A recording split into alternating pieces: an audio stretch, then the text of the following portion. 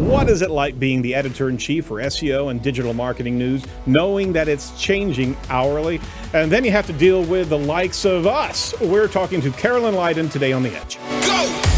Your weekly digital marketing trends with industry trend-setting guests. Powered by your digital marketing pioneers, Site Strategics. This week's featured guest is Carolyn Lyden, Director of Search Content for Search Engine Land and SMX. Now, here's your host, Aaron Sparks. Welcome to The Edge. Hey, I'm your host, Aaron Sparks. Every week we bring you amazing guests to chat with about digital marketing news and trending topics. We unpack key marketing topics for our digital marketing audience. Whether you're a freelancer or part of an agency or part of a marketing department inside of your firm, this show is for you. So you want to check out everything over at edgeofthewebradio.com. That's edgeofthewebradio.com. The Edge of the Web is actually brought to you by Site Strategics, the title sponsor of our show. We're the pioneers in the agile digital marketing methodology. Our core specialties are technical SEO, SEM, social media marketing and management, conversion rate optimization, omni-channel marketing and broadcast, part of which you're listening or are watching here today. As well as we focus on core web vitals. If that's beleaguering you right now, give us a shout over at 877-736-4932, or if you want me to invert this into alphanumeric, it's 877-SEO for web. Nobody's ever asked me to actually do that. What does that actually spell, Sparks? Anyway, I want to go over some housekeeping notes for you. I just want to let you know who's going to be coming up on the show and when. Roger Monti is going to be coming up next couple of weeks, as well as Mark Traphagen.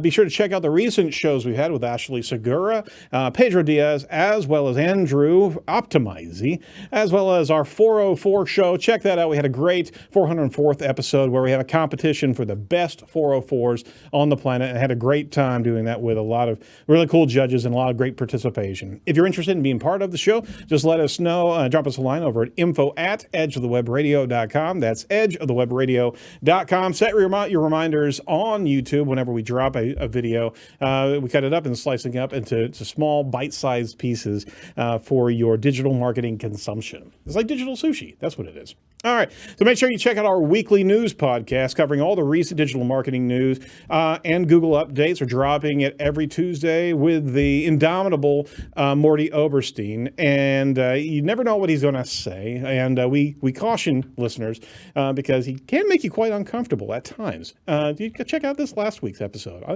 That's all I'm going to say. But for that, make sure that you dial in there, because we're also bringing some great information from news organizations such as Search Engine Land, and I say that with a gratuitous plug here, because let's meet this week's industry expert.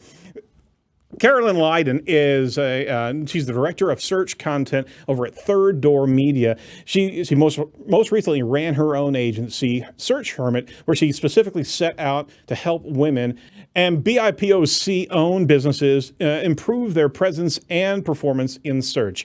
Carolyn's extremely knowledgeable across all verticals in search marketing, with particular expertise in content marketing strategy, local search marketing, and analytics. She's also a well-known figure in the search community through her experiences speaking in various search conferences as a leader of the popular and is a leader of the popular hashtag SEO chat on Twitter. All right. That's Carolyn, and that's the official bio. She also helps me in phonetics offline. But Carolyn, welcome to the show today. I really do appreciate it. Yeah, thanks for having me on. I'm excited to be here. More than welcome. It's an honor. We're excited to dig in to what you're doing over at Third Door Media. But first and foremost, give us your background, your history in SEO in your own words. Yeah, so I started search I got into search via writing. So my mom and grandma and aunts owned a family-owned business. And when I was a kid, I participated in the family business on the weekends, I would stuff envelopes, and I showed my grandparents how to use Microsoft Word and things like that. And that sort of got me into understanding the processes behind marketing. So after that, when I went to college, I studied writing and wanted to sort of put them together together. So my first job out of college was as it was like a writing assistant. I wrote social media, I wrote blogs, I wrote anything that had words. And in that, I realized that if I wanted people to see what I was writing for my clients, I really needed to learn the SEO side of things. Sure. I didn't know it was called SEO at the time, but one of the agencies I worked at, the CEO of the company, my boss, said, "Oh, if you're really interested in the numbers behind what you're writing, let me show you how Google Analytics works." And that was sort of my first foray into the industry, and it sort of just continued to grow from there. So that's one reason I come at it from a content marketing sort of perspective. Sure. My background is really in writing, and I worked as a writer in a bunch of different industries. People always think this is funny, but I've worked in financial, I've worked with pediatric dentists, I work with plastic surgeons, I've worked in funeral homes, I've written content for all of those industries. And eventually I built up my SEO chops to where I was leading SEO departments at agencies, and then later helping brands in-house sort of build SEO from the ground up. So they knew they needed it, but they didn't really know how to get started. And from there, I started my own company. I wanted to see how I could help expand my reach, and then, like you said, help women and BIPOC owned businesses achieve that visibility that they often don't get, especially in startups. So when I was helping in startups in tech, I worked in SaaS as well. I saw that a lot of times the people getting venture capital were white guys. And that means that women and BIPOC owned businesses, along with not getting the money, were not getting the connections and resources they needed, especially on the marketing side. So I wanted to sort of be that person who helps them achieve visibility.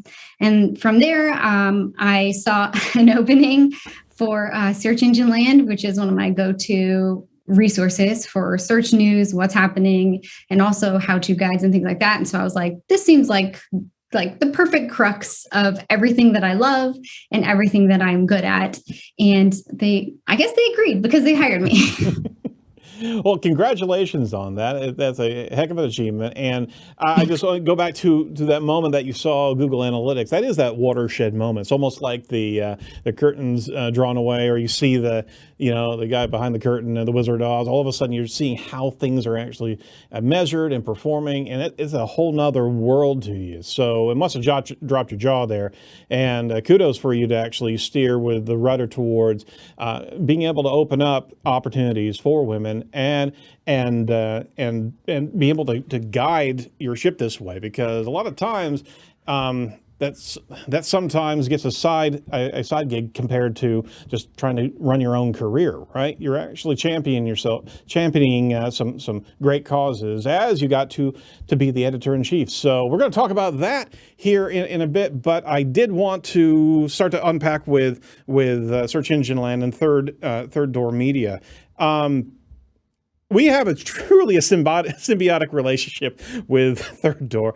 I think I've been reporting articles from Search Engine Land. I think we've been doing it the entire time, almost a decade. We're reporting on what you're reporting on. So it's a constant treasure trove of great contributors and great editors. So you've got a fantastic legacy in this space. Tell me what it's like jumping into the editor-in-chief role there. This was new terrain, just like as if you were looking at Google Analytics the first time. This is a whole nother ball of wax, right? Yeah, totally. Especially because I don't come from an extensive journalistic background. I had an NPR internship when I was in college, which was in radio. But cool. Other than that, my experience has really been in content for SEO and content for the web. So it's definitely been an interesting transition, especially just learning what's important. Even just things like style guides, and these are the things we report on, and these are the things that are worth deep diving into, and sources and things like that. All things that I guess we all know about, but the day-to-day and the minutia behind it is also very different. And it's also interesting, which I think is a common thing among lots of people either in agencies or even in if you're in-house is coming from an SEO perspective versus coming from a developer perspective or a writer's perspective who isn't in SEO or any other stakeholder. It was sort of the same sort of thing. So I'm coming into this publication from the perspective of an SEO content writer, which means I have different things that I think are important than maybe journalists would. Their perspectives are different. So that's been interesting. And it's also another layer on top of that is we're a search publication. So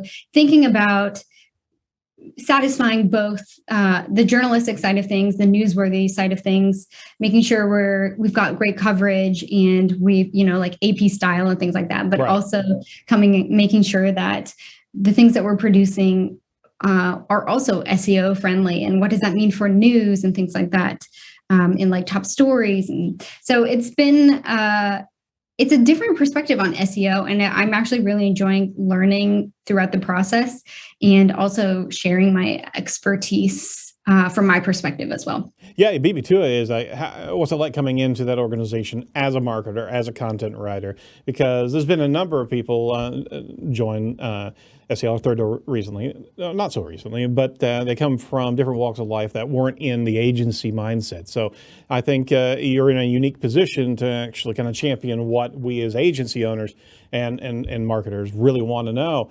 But it is really interesting because you're manning the craft in so many different ways. You have a content strategy that you have to roll out to be able to get ranked for your own content, and I can only assume that that you have to be bulletproof when it comes down to rolling out a page of content, because it's under the scrutiny of SEOs love search engine land, but I could only imagine that they try to chink at the armor sometimes, going, "Oh, hey, you didn't do this correctly," or "Hey, you didn't orient your schema this way." I mean, I can only imagine there's a little bit of nipping at the heels inside this industry. You're a search you're a search publication, and I hate to think it, but I can't. It has to happen there, right? Is that there's this constant small noise in the ecosystem, right?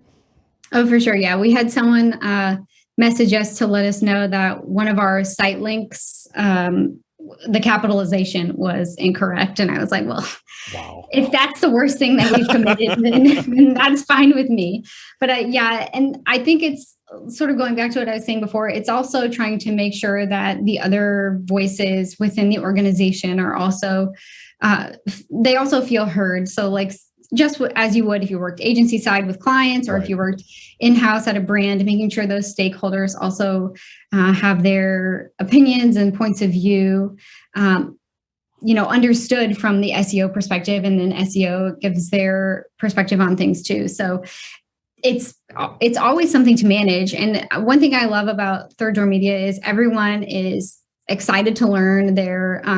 Not everyone comes from an SEO point of view. There are people who work on the events team. There are people who work on the technical team. Right. And so just as within any organization, you're making the case, you're explaining, you're teaching. And I think that's really the fun part of it. It makes it easier to work with great people who enjoy learning about it and will listen to me blather on about it forever. Yeah, it is. Last point on that is it is a different beast as opposed to any other marketing or any other publication. You don't have the cannibalistic nature of what SEOs could possibly do to you, but it's all in a lot of it is just advocacy of what you guys do over there. You're constantly moving content, and it's really impressive to be able to see your weekly thoroughfare as well as your daily content. And we highly recommend anybody jumping on and subscribing to the newsletter. But you have a very important role in our industry. I mean, there's moving ground regularly in SEO, and it's got to be difficult to navigate the waters, seeing that you need to establish your leadership on platforms like Search Engine Land, Marketing Land, MarTech Today, and you have a central role inside of SMX, as I understand, right? Yeah. So along with being the director of content for Search Engine Land, I'm also the director of content for SMX. Mm-hmm. So really, I work with our events team and our programming team to think about like what really matters based on what we're covering and what we're hearing in the search communities. What really matters to search marketers? What things do they want to learn about? What things do they not really care that much about? Sure. And then using that information to sort of hone and shape the SMX events. So also we switched obviously to this virtual model where we're trying to hone in on really specific topics. So we had SMX Report, which was all about analytics and reporting. And then we're about to have, in the middle of April, SMX Create, which is really diving into the creative side of things, which also gives, as the sort of content planner, it gives me an opportunity to really dig into these topics too and see what's going on out there. What are people saying? What are people speaking about that it's really resonating with the search community, and how can we make sure that we're providing coverage not only on the site, but also at these events so that people who are hungry to learn these things get the content and the information they need. That's honestly, events are, when I was an SEO, I'm still an SEO, but when I attended search conferences for jobs I was in agencies or in-house, that was one of the most fun things, I think, was when you attend a session, and even if you just get like one nugget where you're like, this is something I'm going to go home and immediately start as soon as I get back into the office. Like, I'm going to try this project, or I'm going to implement this strategy. Stuff like that makes, I think, events worth it for me to attend. And so trying to find that for others so that they can have those joyous aha moments where you're like, I am going to nail this. This is going to be so great. That's fun for me too. Absolutely. We all understand the challenge that Third went through with 2020 and COVID. You guys got hit with conference cancellations across the board, as did so much of the world, right? So everything was up in upheaval. And you guys did the incredible rebound and got a great deal of new online summits. Get to that here quickly. But my one key question is, with the content that you're actually moving through on a regular basis inside of these different properties, how do you actually pick the topics? How do you, what is the process of the selection? Because like you're saying, you're learning so much inside of the publication process. What is the process of deciding what to go after and what not to go after? Is that the secret sauce? Yeah, I think it's probably not as complicated or, in depth as people maybe want to think it is. Mm-hmm. I think the search community is really important to us. So, people who participate in SEO chat and PPC chat, and people who come to these events that we're planning and putting on, they're really, they're what keeps us running. So seeing what's important to them, what's causing chatter, what's making them mad, what are their sticking points, what are things that they are like, oh man, this worked so well, everyone needs to try this. So seeing what's important to our community and making sure that we're providing the type of content that helps serve that curiosity and that insatiable desire to continue to learn and do more. I think that's what gets people into search marketing, into SEO and PPC. Absolutely. It's evolving. We constantly have to problem solve. It's fun. When you have those successes, you're like, oh man, I did it. And when things don't go your way, it's a problem to work on and figure out. And I think making sure that we're providing that type of content to people is super critical. And then, of course, we want to cover the big newsworthy things that happen that really affect that audience. So if you notice on the majority of our features and newsworthy pieces, we try to include why it matters to marketers. So why do marketers care? And to give you really the 3 to 10 lines about how this affects your job, how this affects your day-to-day, and what it means for you, what you may have to shift or look out for, or, keep in mind as these changes happen. So if changes are happening, like I think the most recent one I was thinking of was Microsoft released their automotive ads. And I was talking to John Lee at Microsoft to get some background on it. And he was telling me that previously they weren't able, PPC marketers weren't able to use feeds. And it's literally what they use for every other ad type. And so he's like, this is a huge game changer for them. And I was like, that people want to know that, especially in the automotive industry. They're like, my job just went from super complicated to pie, like easy as pie. It's cake now.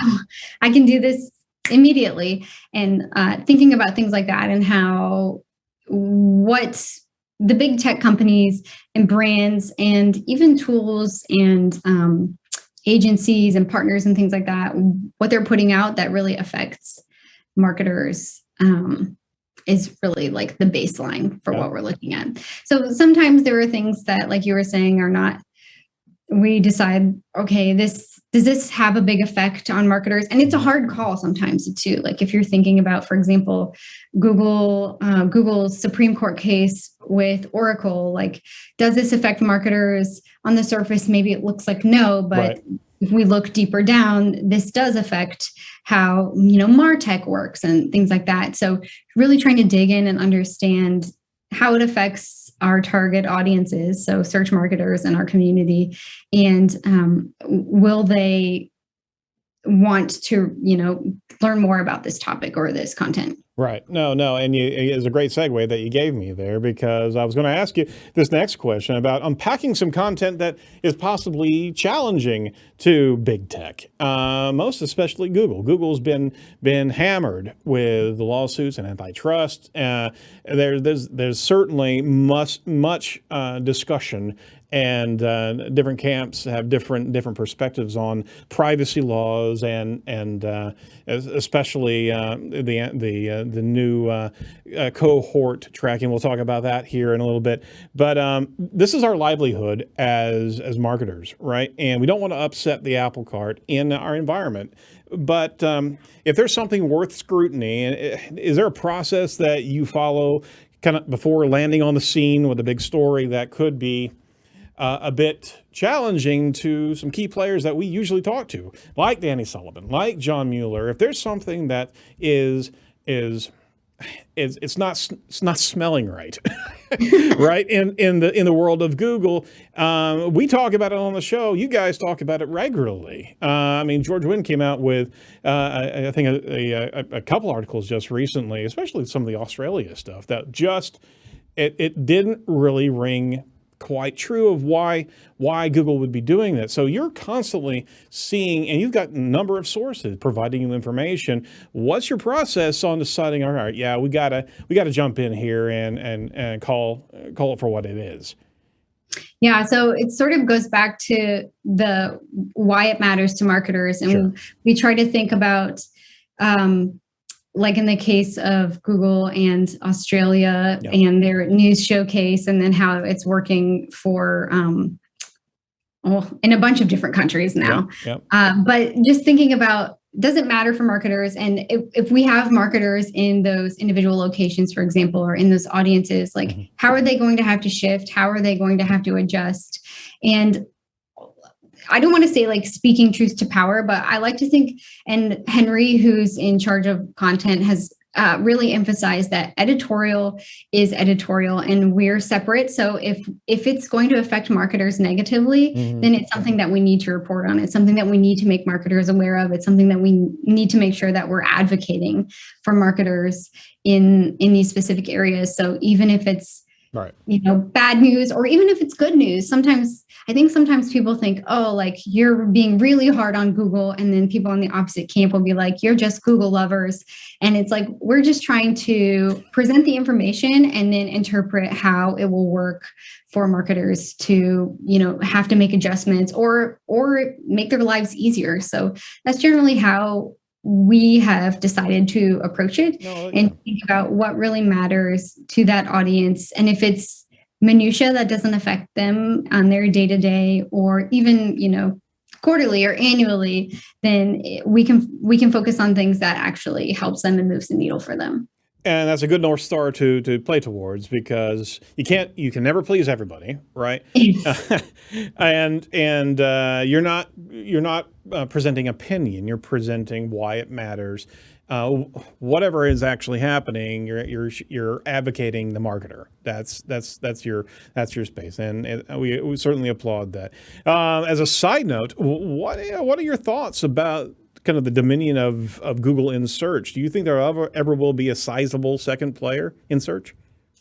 I mean, we actually have this conversation frequently because the news maybe a couple months ago about DuckDuckGo Right. Finally upping their market share. And then, of course, people are regularly creating new search engines. So I think Neva is an example of one that's an ex-Googler has created. It's a paid search engine. And the idea is that you pay a subscription to not receive ads. And the way the landscape exists right now, it seems like, and especially based on feedback. So we have the newsletter, and I'll ask people, like, tell me what you think about XYZ. I put in a little personality and flair sometimes, and people will actually email me back and give me feedback. And I think it was around the DuckDuckGo one. I asked people, and a lot of people said that I've tried DuckDuckGo, I've tried Bing, and it's good for certain specific scenarios, Right. but the targeting and the relevant results that I get from Google are just higher quality right now. Absolutely. And so I think unless somebody gets to that level, then it's still going to be the largest market player in terms of search engines. And there was a study that came out. I don't know if it was a study or research or just random data that they surveyed people, but essentially a lot of marketers, and it was around privacy, a lot of consumers, that is, really want privacy with their data, but they also want targeted ads. And so I think that's one reason people continue to use Google, is because it still presents the most relevant results for them, even in terms of ads and, like remarketing and things like that. So, and it's also turning into an incredible utility. There's so much functionality on Google now, and yes. and we'll talk about zero click here in a little while. But literally, there's such function now there, and it's accurate, and it's relevant, and it's personalized. Google wants you to use that as your concierge, or your what do you call it? The not the appointment center, but the lost the word. Never mind. But the companion, or whatever we want to call it. So Google wants you in their space regularly, and they're doing a heck of a lot of functionality to provide you that. So there's so far leaps and bounds ahead, I should say. It's going to be very difficult to see any large domination of secondary search, but you probably could start seeing a lot of these fractionalized searches like you're talking about. It's all the personal preference of privacy and personal preference of functionality. That's great. That's a great tool shed, but I'll search over here where I'm not tracked on every click, right? Right. Yeah. And I think Detlef Johnson, he's our SEO for developers, he crosses over the really technical developer stuff and then helps explain it on the SEO side. We were having a conversation about it, and he was saying it's important to remember that Google is a tech company first. So they have all this technology to stay, at the top of the market share for search engines. So like to your point, it's they have all the technology, the algorithms, and the machine learning and AI to read people's minds. Like when people are like, oh, I just said this and now it knows that I'm getting an ad for it. I'm like, no, they're just really great targeting. That's absolutely, they know what they're doing. They know what they're doing. Let's stop along the way here regarding your relationship with the SEO community. Happy to give some shout outs to some great players in this space, but if you want to. You're more than welcome to, but by and large, there's a great community of contributors into this space who are teachers and educators as well. They want to be able to help share information. That certainly is what Search Engine Land is doing, and on top of that, what you're doing there at the editor-in-chief role there. So what do you feel is your obligation to the SEO community, our audience?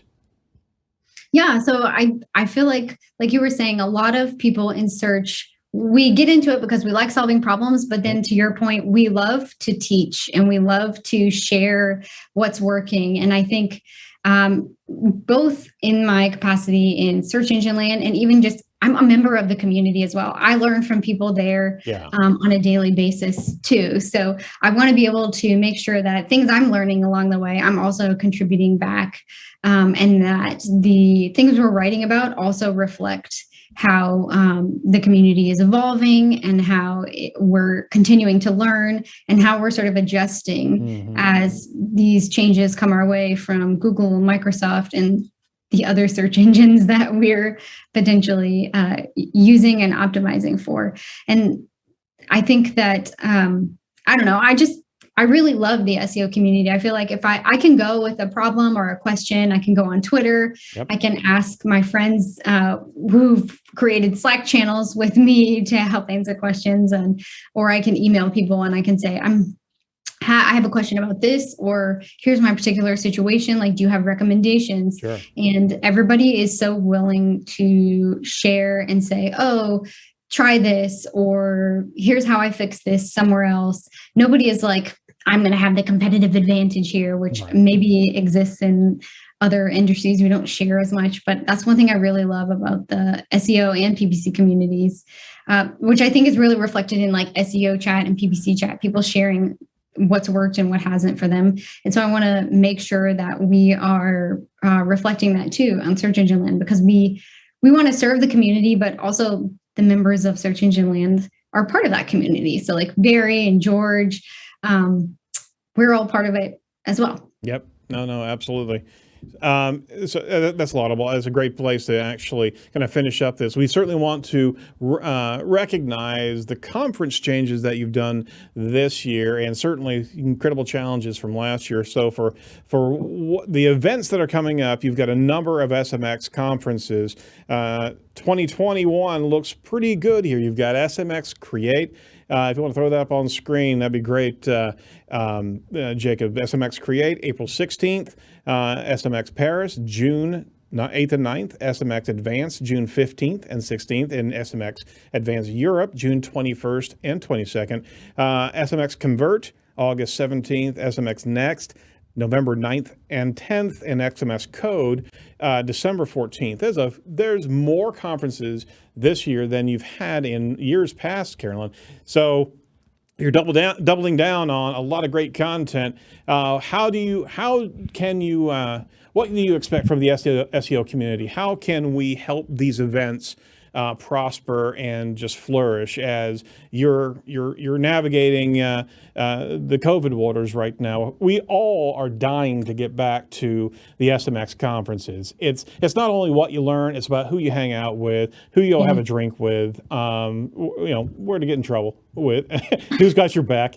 But there's a fantastic community. What can we do for Third Door and SMX to be able to help them out? Yeah, so one way we've adjusted is try to, like you were showing, have these sort of learning journey conferences where we're really focus in on one specific topic or subtopic within SEO. And so we're always looking for speakers who have expertise in those topics, feedback on events that you have attended. So if you are coming to SMX Create, or if you've attended like Report that we had that focused on analytics, providing feedback for those so we can continue to make those better.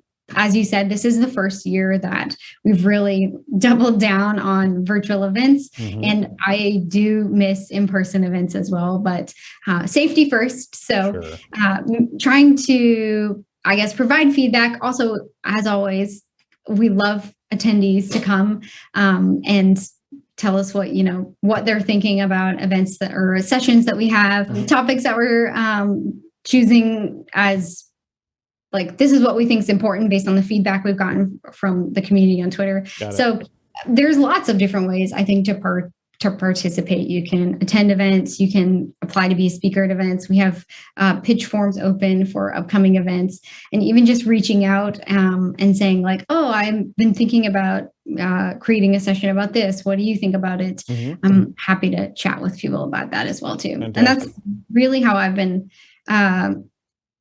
like, we have people pitch events, and then every once in a while we're like, we know someone who's like the expert in this. We're going to ask them to come. So making more visibility for newer speakers too in those areas is important. That's great. That's great. Well, we would certainly like to put a personal challenge out to our audience, the SEO community. You got to lift up Third Door. You got to lift up the SMX conferences. They're doing this for us, and they're having to navigate these waters, guys. So take a moment, break your regular at-home remote work routine, and carve out that half day, carve out that day to be able to learn. I mean, it was great whenever we could fly out there and have a good 3 or 4 days away from work, right?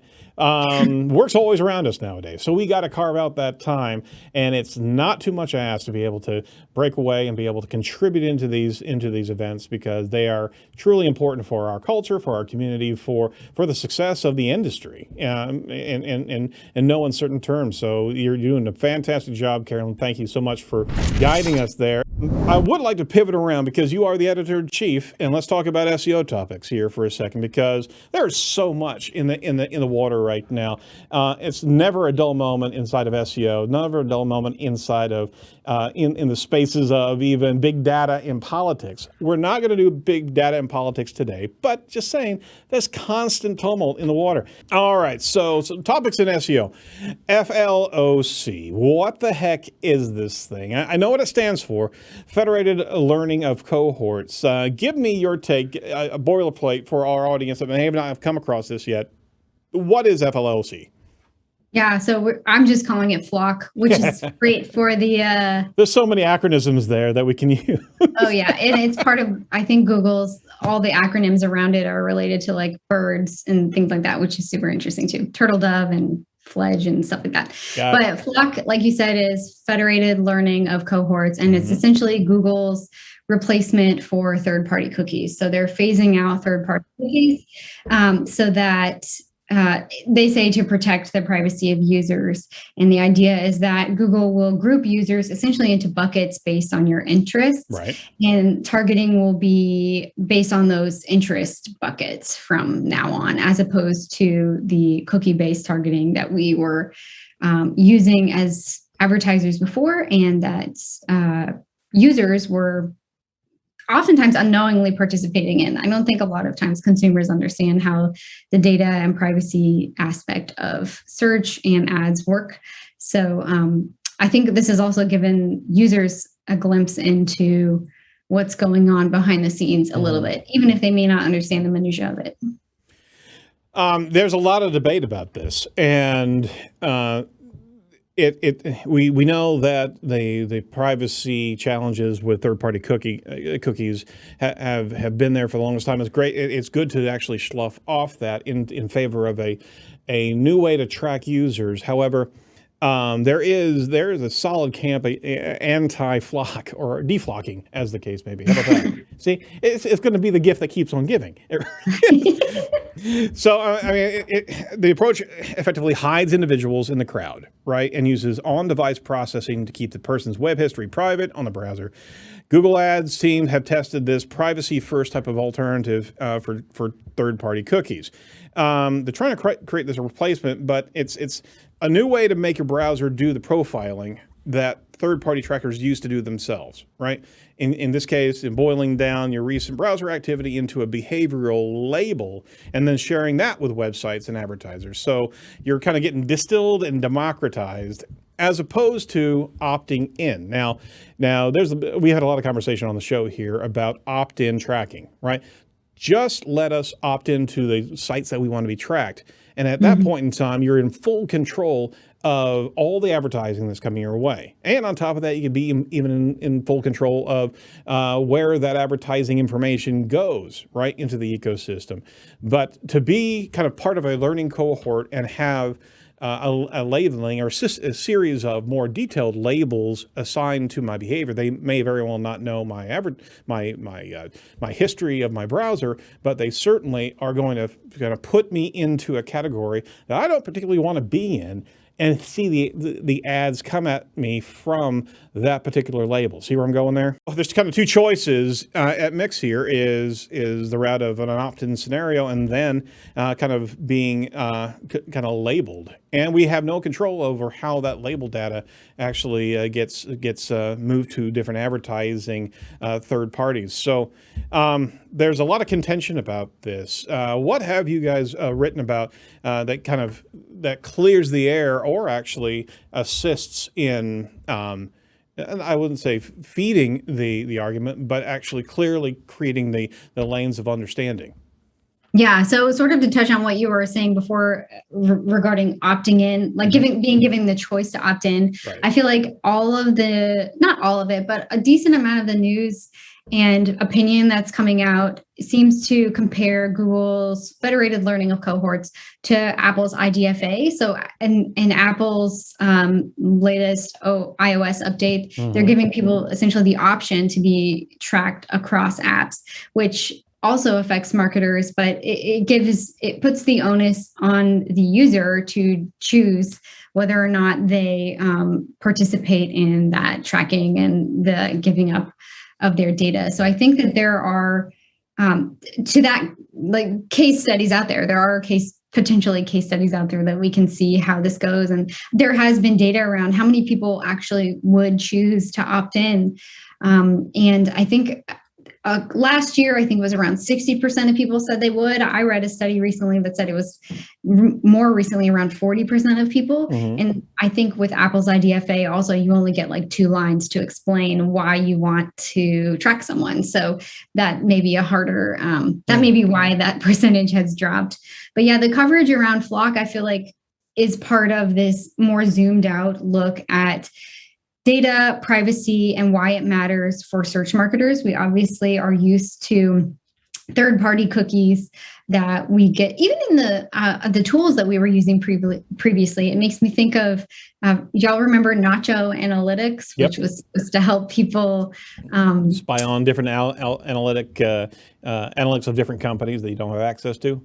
Right. And I think that was tracking people without their knowledge and using that data for their SaaS purposes. So I think there's a larger conversation that FLoC and Apple's IDFA, and even now Facebook with their leak of user data, that people have less trust in these tech companies. I think Axios did some data or release some data on it, but people have less trust in these big tech companies. And thinking about what does that mean for marketers if these are the main ways that we're reaching people in search marketing, if we're targeting people on Facebook, if we're targeting with search ads. And so that there's that part of the conversation, but then the part of the conversation is, if Google is moving forward with these, and then other browsers are also getting rid of third-party cookies, how are we adjusting? How do we need to adjust? Do we need to adjust at all? Google says, I think that according to their testing, which they opened FLoC up for advertiser testing at the beginning of Q2, but according to their own internal testing, it was like 95%. I don't want to say accurate. I don't know the exact word, but it was like 90% on par with, the existing tracking. So I think marketers are, like I said earlier, or in the last episode, we're always evolving. We always have to deal with change. And so part of it is figuring out how we're going to deal with this and if it changes anything for us, and then how we can adjust. And then there's a communication aspect of it as well. So how do you communicate this if you're agency side to your clients, or if you're in-house to the stakeholders, to see like, this is why we're changing. These are the effects it's going to have. This is maybe there's an evening out period where we got to figure it out. Right. So I think there's that zoomed out view of what's really happening across the landscapes for these tech companies and how we have to adjust. And it's beyond marketing, obviously. It's society as a whole. I mean, 533 million Facebook users accounts were leaked, including names, phone numbers, Facebook IDs, locations. birthdays, relationship status. I mean, this is serious stuff, and people are going to, as much as we did talk about how convenient personalized ads are in search, right? And how consumers thoroughly enjoy the personalized content and advertising that comes with a price, and people are more and more understanding what that price is, and they're pushing away from the table. They're not wanting to have those type of conveniences at risk of their personal identity being stolen or exploited. So we're going to be in this space where I mean, I'm not a prognosticator. All I can do is kind of tee up the facts as we see them and have discussions about them, right? It's great to be able to see this incubation of a new way to track without tracking, depersonalizing behavior. But at the same time, if you get yourself labeled to a degree of labeling, you can only imagine that the only way to be effectively marketing, you got to have such nuance and granularity into the labeling itself that by and large you're still getting the same result, and you're still as potentially susceptible of privacy exploits. Even though they don't know your name, they could truly pinpoint you on geo-targeting and all the other behavioral characteristics. Not to put on my tinfoil hat or go, evil genius on us, but I mean, there's some risks regardless of just from a digital tracking and digital behavior tracking. There's always going to be this scenario. I lean more towards opt-in. If I want the data, if I want that type of advertising, let me choose as a private consumer to be able to accept that. I'll leave it there.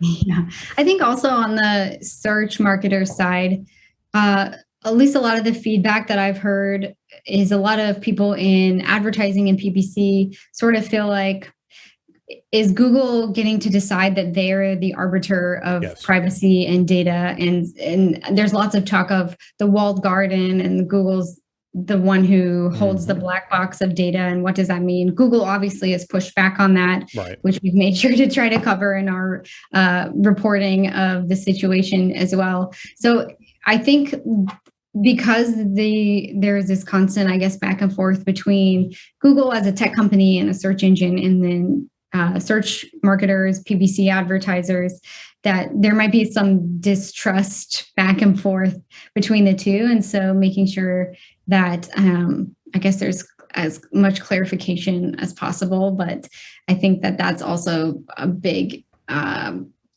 guess, topic in the search community. Absolutely. That's why it's a topic of conversation. Speaking of trust, here's a great segue into our next point here. What the heck are you doing with our search content, Google? 65% of searches in 2020 resulted in 0 click. All right, so we covered this topic this last week, I think. But there's a whole nother subject matter right here of website owners and marketers getting all aflutter because the searches that are happening all of last year and continue this year are not resulting in a click going to a website destination. So on the surface, you'd think that, well, Google's slurping up all the content to be able to populate feature snippets and this, that, and the other. But that's not really the case. It's we as consumers are asking more of our smart speakers, our search environment. We're looking for that transactional data that has no destination. What time is it? What's the weather? My directions to the airport. I don't need a destination. I don't need a website to see, and I'm trusting more and more into Google because of the tech company. They're providing me this omnipresent answer cube, right? To be able to go to Google and just say, all right, this is what I need to know. So our consumer behavior, just like we were talking about for this last subject matter, right? Our consumer behavior is changing. Why are people so up in arms regarding 0 click? I think, honestly, as with most things like the FLoC thing, it's less about what's actually being said and more about I'm trying to phrase this as like PC as possible, but it's more about this push and pull, I think, with Google that Right. a lot of search marketers have, sort of related to the FLoC thing. Yep. So we get data from Rand and SimilarWeb, and we say, okay, Google, is this true? And Google says no, but we're not going to provide you with data to necessarily refute it. And so I think there's a frustration there, Right. that people don't necessarily maybe hate that this truth exists, or I even think that maybe the 65% is a large number, because of course we're including things like you were saying, like we're searching for what's the temperature outside and what time is it in Pacific time. I search that all the time. All the time. Yeah, absolutely. I have time zone issues. But I think it's more about this push and pull between search marketers and Google. So it's less about the actual numbers and more about, I like to tell people, it's like we wouldn't exist without Google, but also Google wouldn't exist without us giving our, That's right. at least as a search engine, giving our websites for them to rank and serve in content. And the slippery slope is we're giving our websites content up to Google, and Google is also deciding to lift it into featured snippets. And then there's the other contention of, oh, okay, if you're actually showcasing the answer, then there's no reason to actually go to my website. Who gave you that permission?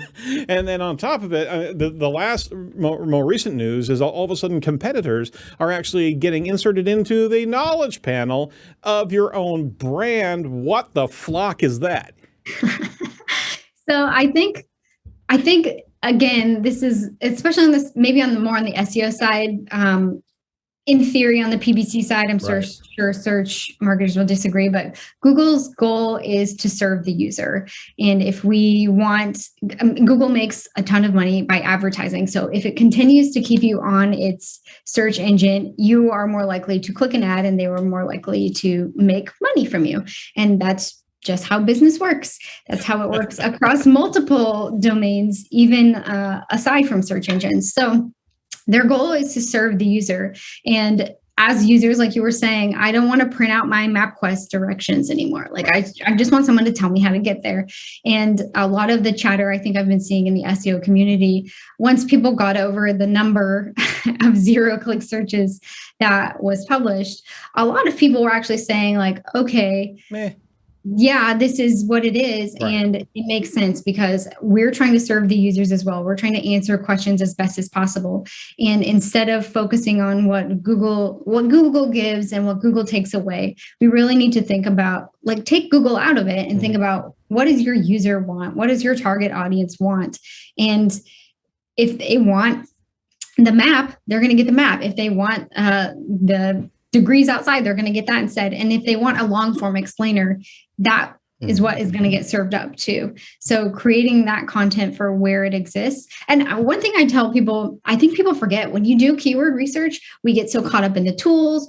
We're checking the rankings, we're checking the keyword difficulty, we're checking how many links. Nobody actually Googles it. Just Google it and see what comes up. Like, is it a map? Is it shopping? Is it a YouTube video? Is it an infographic? Understand the intent. Absolutely. Yeah. And Google, that's what Google is serving. So like, create that if that's what you want to rank for that specific keyword. Do the best version of that because that's what Google is assuming people want when they're searching for that specific keyword. All the arguments kind of encompass a fiction about control. The users evolve, right?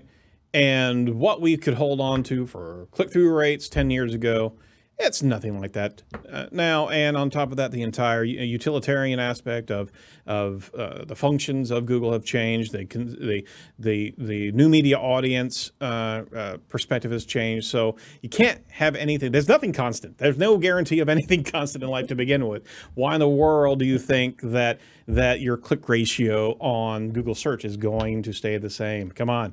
Plus, we were just put into a wormhole for a year. You better believe there's going to be a heck of a lot more activity on search that won't result into a transaction on your own bloody website. Okay. Yeah. That was a rant there. You feel better now? I do. I really do. Thank you. Good. All right, hey, let's jettison some of those topics. I do appreciate your contribution there because that's the kind of stuff that riles everybody's cages, and it's unending. It truly is unending.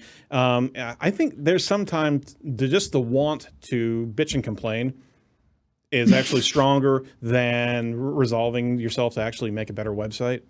You know, there's also that out there. But let's pivot around to a survey that Moz ran back in 2020 to kind of finish out our interview here. They ran a survey with 652 SEOs. Who participated in the survey. 191 identified as women and 466 identified as men. Men outnumbered women by 2 to 1 in this SEO survey. And there's a number of key elements just recently that they brought through. Female identifying SEOs are more likely to freelance and specialize in content. Let's back up for a second here. The fact of the matter, what's your take on females in SEO and the discrepancy therein? Yeah, I think, I'm part of the Women in Tech SEO community. Shout out to Arij for starting that. Yeah. And also a part of a bunch of different Facebook groups, even just for like women digital marketers. And I think a lot of people, when they started SEO, like back in the day, 10 or 15 years ago, many people at least evolved from a developer or database or something very technical that oftentimes it was men in those industries, not because women weren't interested, but because they were essentially like closed out. It was oftentimes a bro club. And so that's why I think the idea that women getting into SEO through content is super interesting. And it seems like obviously it's my personal story too, so it checks out for me, but I know so many super smart, super amazing women on the technical side who, frankly, they get not shunned, but when they come out with things, there are men who are like, oh, I know more about this topic than you, or yeah, you didn't cover this, or XYZ, and that sort of thing. So I think sometimes women are less likely to want to put it out there because they don't want to have to deal sometimes with the backlash that comes from some, and it's not everyone obviously, but sometimes women are like, I'm just freelancing, I'm doing this on the side. I don't have to be a vocal member of the SEO community, or if they are, they're part of like women only SEO communities where they don't necessarily receive that like negative potential feedback. But I do think that hopefully we're moving toward more equitable balance in terms of SEO. And I hope that the next survey they do reflects that. And I think mentorship is a super big part of that. Women in Tech SEO had a mentorship program, and I know a couple of different entities are also doing like speaker mentorship programs just so that different SEOs can like come out of their shells and be more vocal and be more present in the community and speak at events and things like that too. So there's more visibility there as well. That was just a long rant. No. I know that's not 100% true across the board. I know that there are definitely women in tech SEO, that there are outspoken women in it as well. So I know that's not 100% the case, but sure, but I wanted to zero, and I appreciate the rant because it kind of sets up the conversation. I wanted to pinpoint on one particular area that you covered there, and it's this level of SEO scrutiny. And have you seen it being used, thinly veiled, of just trying to put women down with a technical rant, but truly it was inspired just to put that woman away so they wouldn't actually contribute into that space. I can only imagine that is happening far too often. And it should really be lifted up and showcased for what it is. If somebody's actually attacking, see, this actually goes towards the SEO community as a whole. As much as we talk about how much there is some great contribution, there's also a heck of a lot of pettiness out there, and there's a heck of a lot of judgment out there that is thinly veiled with scrutiny on all the, that you have all the T's crossed and the I's dotted when it comes down to the technical analysis that you're doing. But have you seen that type of attack as a bit of a thinly veiled bias against women in tech, SEO?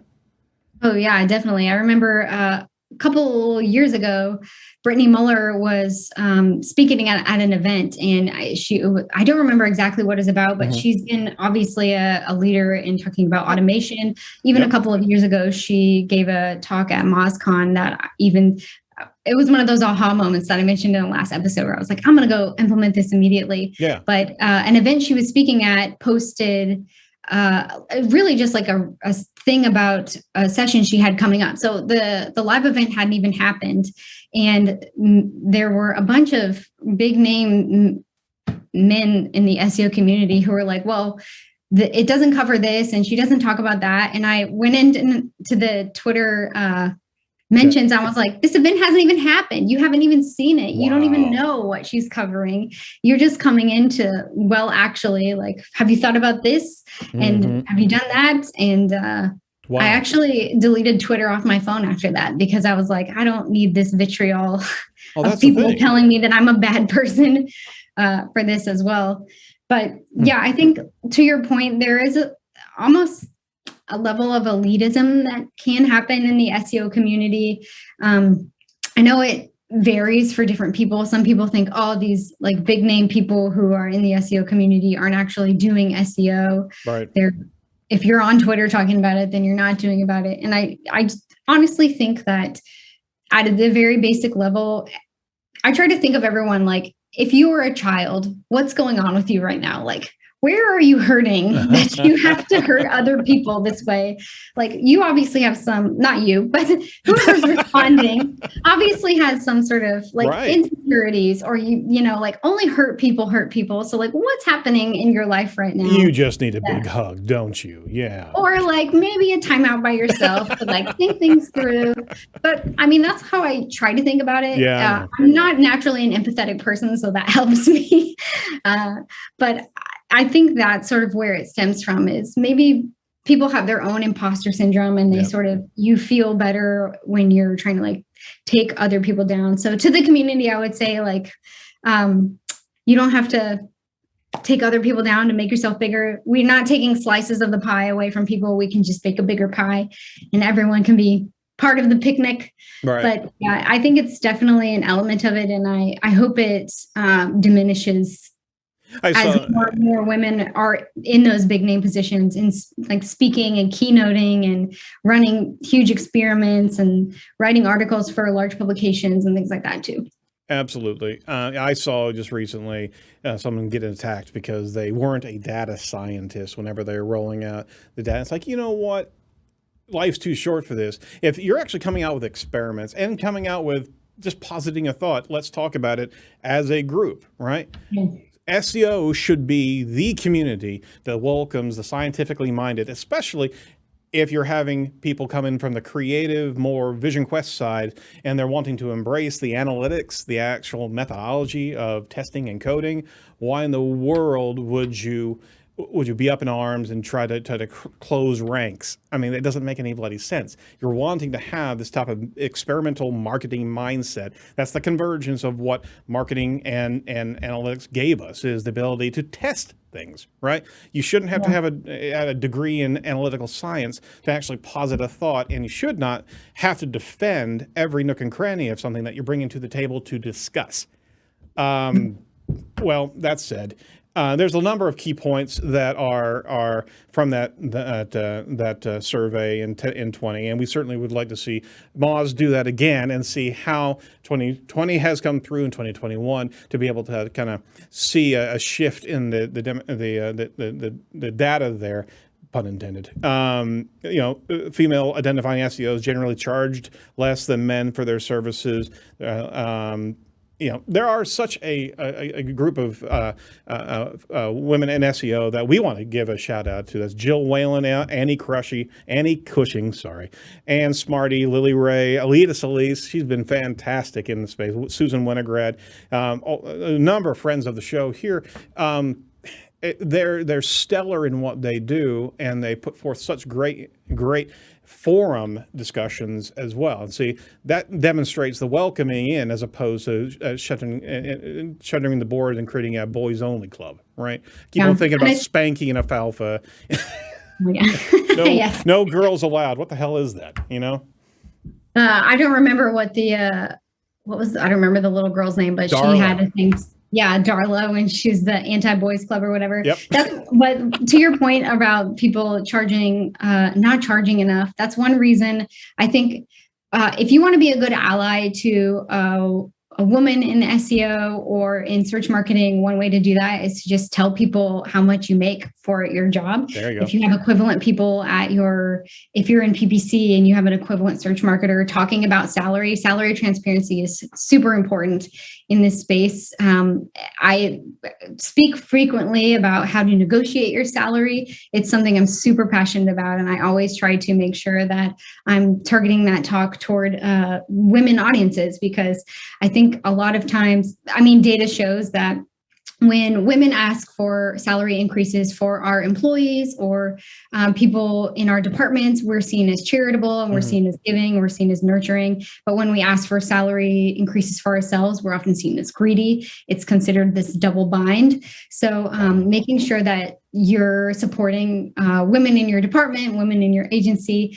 to make sure that they're getting paid the same as you. And it goes back to the other pie thing, like just because someone else is getting paid equal to you for equal work doesn't take away from your salary. It doesn't take less or take money away from you. So that's one way to be a super great ally. And it's an uncomfortable conversation because people associate their self-worth with how much they make. But if you want to help the women around you, that's one way to do it, is to open up conversation and talk about how much you make. And I think that's one thing that I really like about the women in tech SEO community too, is women often go to these freelancing positions, especially now with COVID, because along with the work, the housework, the domestic work also often falls to women. So they end up taking part-time jobs or freelance jobs or becoming their own consultants because they can set their own hours. But sometimes that also means that they're underpricing themselves. So talking about how much you charge for an audit or any other SEO work you do, how much you charge for local SEO on a monthly retainer basis, what that includes, opening those conversations up, what happens in the women in tech SEO community can really help, sort of like the rising tide raises all boats, making sure everyone gets paid for what they're worth. Plus, if you're going to try to jam up that woman in tech SEO, it's just because you're scared, right? I really love that community. As you can tell, I have no stakes in it, but it's what a reach has started, I think, has been super helpful for so many people. Fantastic. Even in just empowering women to have these conversations, because like I said, it seems scary sometimes. So, well, we certainly champion what you're doing and keep that torch going, okay? We certainly, and if there's anything that we can do to be able to help the cause, we certainly want to do that as well. I mean, hell, my name's spelled like a girl, so I'm right there with you. Hey, so we do want to those steps are making a welcoming industry, as well as training and mentoring and transparency in pay should be the coin of the realm in our industry. Final thoughts here, Carolyn. It's been a pleasure speaking with you. What would you give as a kind of a great pro tip to share with our audience today? Oh man, I think I like my keyword research pro tip, and then my also pro tip to share your salary information.